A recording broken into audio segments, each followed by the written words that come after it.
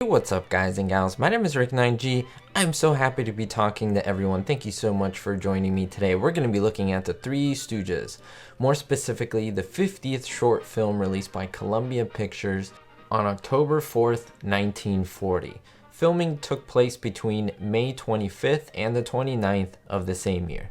The title in itself is a play off of the expression no sense, no feeling. If you happen to find this video, welcome. I do have a playlist in the description below of the entire repertoire, the entire filmography of the Three Stooges before this video. This is the 50th. Yes, I've covered all 50 before this, so go ahead and take a look. I covered many different ones, go into bloopers, many facts which you may not have known, so go ahead and check them out.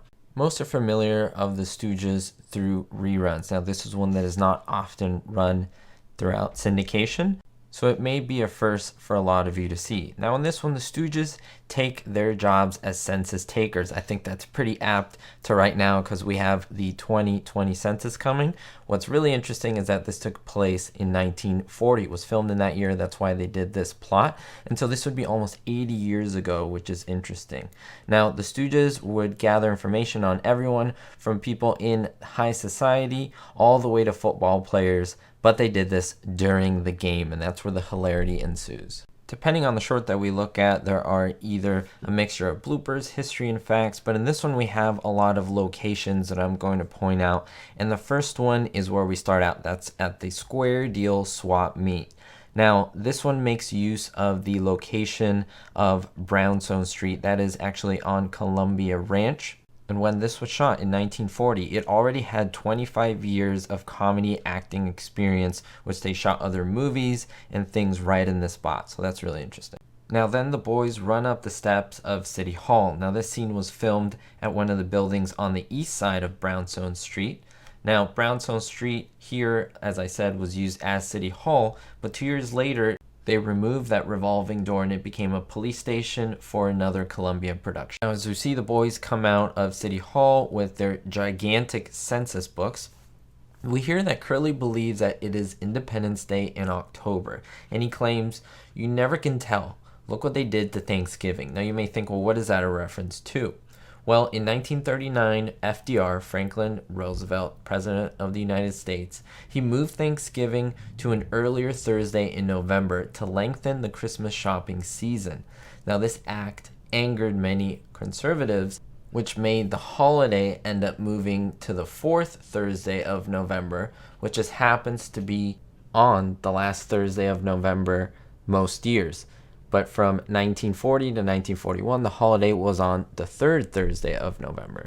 Now there's actually a colorized version of this short film. It was released in 2004 in a DVD collection entitled Stooged and Confused. Now going back to the scene where the Stooges fall from that awning, they do a really good job, the three stuntmen. Those are three stuntmen. Those aren't the Stooges to prevent the real men from getting hurt. They use stuntmen, and they do a really good job covering their faces. Usually, you would see them where you could see a little shot of their faces, and you can see it's a completely other man. But in this shot where Mo gets thrown a plate in the face or vase in the face, you see he falls back, and as he falls back, this is of course a stuntman. You can see it is not Mo.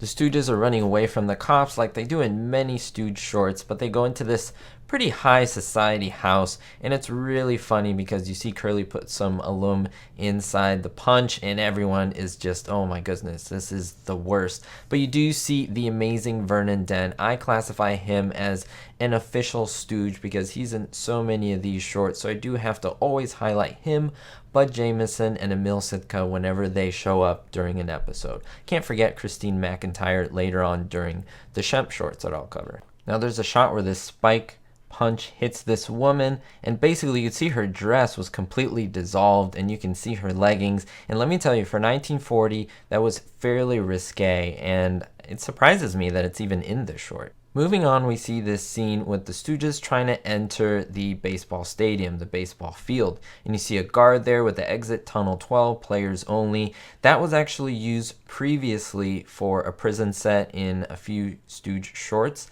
And in case you want to know, the guard was played by Frank Mills. Now it's really interesting because this prison set was inside the studios, Columbia Studios, but then when we go outside or when we look at the stadium, That is actually USC, the University of Southern California, here in Los Angeles, California.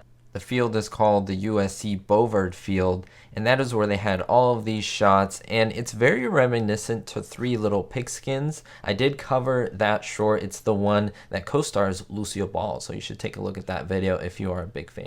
And the final shot of this short, you see the Stooges run southeast toward this obelisk, this huge tower that comes to a point. Now that's located in front of the Stoops Hall at 704 West 34th Street, again at the USC campus. But it was remodeled now to house the University Club at USC.